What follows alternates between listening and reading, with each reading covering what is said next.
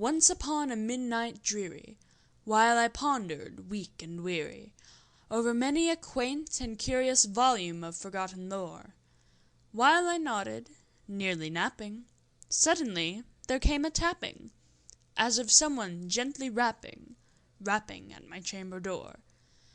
"'Tis some visitor," I muttered, "tapping at my chamber door. Only this, and nothing more." Ah, distinctly I remember, it was in the bleak December, and each separate dying ember wrought its ghost upon the floor. Eagerly I wished the morrow, vainly I had sought to borrow from my books surcease of sorrow, sorrow for the lost Lenore, for the rare and radiant maiden whom the angels named Lenore, nameless here forevermore. And the silken, sad, uncertain rustling of each purple curtain thrilled me, filled me with fantastic terrors never felt before, so that now, to still the beating of my heart, I stood repeating, "'Tis some visitor entreating entrance at my chamber door, some late visitor entreating entrance at my chamber door. This it is, and nothing more." Presently my soul grew stronger, hesitating then no longer. "Sir," said I, "or madam, truly your forgiveness I implore, but the fact is I was napping, and so gently you came rapping, and so faintly you came tapping at my chamber door, that I scarce was sure I heard you. Here I opened wide the door, but darkness there, and nothing more." Deep into that darkness peering, long I stood there, wondering, fearing, doubting, dreaming dreams no mortal ever dared to dream before.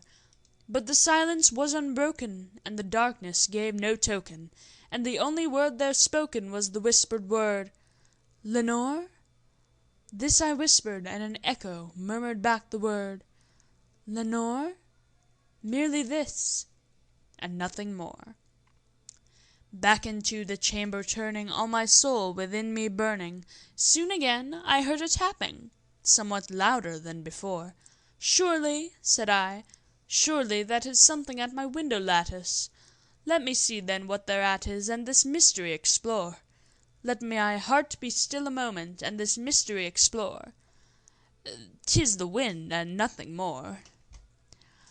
Open here I flung the shutter, when with many a flirt and flutter, in there stepped a stately raven of the saintly days of yore. Not the least obeisance made he, not a minute stopped or stayed he, but with mien of lord or lady perched above my chamber door, perched upon a bust of Pallas just above my chamber door, perched, and sat, and nothing more. Then this ebony bird beguiling my sad fancy into smiling, by the grave and stern decorum of the countenance it wore, "Though thy crest be shorn and shaven, thou," I said, "art sure no craven, ghastly, grim, and ancient raven, wandering from the nightly shore. Tell me what thy lordly name is on the night's Plutonian shore." Quoth the raven, "Nevermore." But the raven, sitting lonely on the placid bust, spoke only that one word, as if his soul in that one word he did outpour. Nothing further then he uttered, not a feather then he fluttered, till I scarcely more than muttered, "Other friends have flown before. On the morrow he will leave me, as my hopes have flown before." Then the bird said, "Nevermore."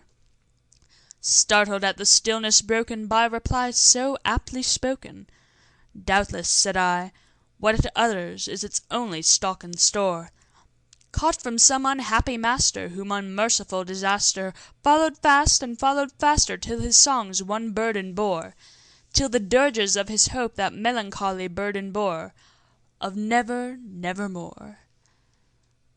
But the raven still beguiling all my sad soul into smiling, straight I wheeled a cushioned seat in front of bird and bust and door. Then upon the velvet sinking, I betook myself to linking fancy unto fancy, thinking what this ominous bird of yore, what this grim, ungainly, gaunt, and ominous bird of yore, meant in croaking "Nevermore." This I sat engaged in guessing, but no syllable expressing, to the fowl whose fiery eyes now burned into my bosom's core. This and more I sat divining, with my head at ease reclining on the cushion's velvet lining that the lamplight gloated o'er, but whose velvet violet lining, with the lamplight gloating o'er, she shall press, nevermore. Then, methought, the air grew denser, perfumed from an unseen censer, swung by seraphim whose footfalls tinkled on the tufted floor. "Wretch," I cried, "thy God hath lent thee, by these angels he hath sent thee, respite and nepenthe from thy memories of Lenore. Quaff, oh quaff this kind nepenthe, and forget this lost Lenore." Quoth the raven, "Nevermore." "Prophet," said I, "thing of evil, prophet still, if bird or devil, whether tempter sent, or whether tempest tossed thee here ashore, desolate yet all undaunted, on this desert land enchanted, on this home by horror haunted, tell me truly, I implore, is there balm in Gilead? Tell me, I implore." Quoth the raven, "Nevermore." "Prophet," said I, "thing of evil, prophet still, if bird or devil, by the heaven that bends above us, by that God we both adore, tell this soul with sorrow laden, if within the distant Aidenn it shall clasp a sainted maiden, whom the angels named Lenore, clasp a rare and radiant maiden, whom the angels named Lenore." Quoth the raven, "Nevermore." "Be that word our sign of parting, bird or fiend," I shrieked upstarting. "Get thee back into the tempest and the night's Plutonian shore. Leave no black plume as a token of that lie thy soul hath spoken. Leave my loneliness unbroken. Quit the bust above my door. Take thy beak from out my heart, and take thy form from off my door." Quoth the raven, "Nevermore." And the raven, never flitting, still is sitting on the pallid bust of Pallas just above my chamber door, and his eyes have all the seeming of a demon's that is dreaming, and the lamplight o'er him streaming throws his shadow on the floor, and my soul from out that shadow that lies floating on the floor shall be lifted nevermore.